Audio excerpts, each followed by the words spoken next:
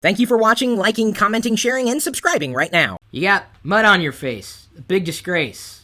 Waving your... Never mind. I was going to say floppy disk all over the place, but no one really uses floppy disks anymore. So, aside from the really awkward, random Queen song reference, we've got an article on LockerGnome.com talking about the future. It's really less of an article, more of a story. The future of multiplayer PC games. And it's not doom and gloom, believe it or not. Why did I say mud on your face? Because I remember the days of muds, mushes, and moos. Do you guys remember what mud is short for? Anybody? Do you remember what mud is short for, honey? No. You probably used mud on your face before, but you weren't a disgrace. That was the song. Do you know the song? You don't know the song. Multi-user dungeon. Yeah, Rick Breck got it. So it was essentially, and you can still, by the way, mud. There are many active muds out there. Text interface, and you type back and forth commands and inventory, and you create these experiences and connections with people who are also a part of these muds. There were also BBS door games. Do you guys remember those? That was early PC gaming, and in many cases, these classics are still around. Probably. For me, they would be more enjoyable than today's games. There's a lot of imagination involved when all you had was a text interface. All the way through to today's RPGs, or role-playing games, multiplayer role-playing games. The future is definitely going to be interesting to watch. I think Microsoft stands the best chance to really engage the future today.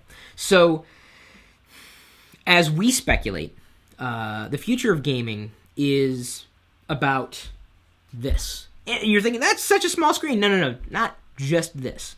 But certainly involving this. Because when you can't be tethered to a 60-inch typical television screen, well, maybe it's typical for some, but let's just say a large television screen through which your console is connected, or maybe a large computer monitor through which you play your games.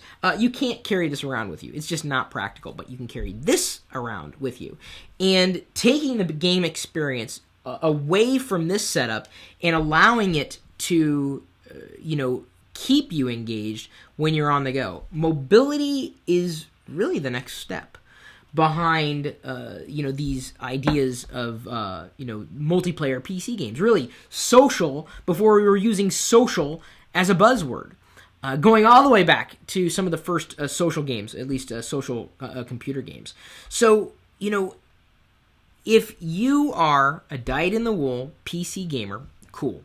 I'm sure you got your PC tricked out, you the highest specs in your entire neighborhood, but you just can't take it with you. You can take this with you. And I think more and more games are going to keep you engaged when you're on the go. It just, to me, seems like a foregone conclusion because let's say you can't build up inventory or experience points when you can't sit in front of the computer. You're in the other room, you're watching TV, you're doing something else, you're on a bus. You could be doing something on this controller. So why does Microsoft stand a chance of winning here? Because they'll have a Windows 8 desktop solution, or let's just say Windows desktop solution. They've got the console solution, and now they've got a pretty decent mobile solution coming down the pike as well in the form of Windows Phone, whatever the hell they're going to be calling it next week.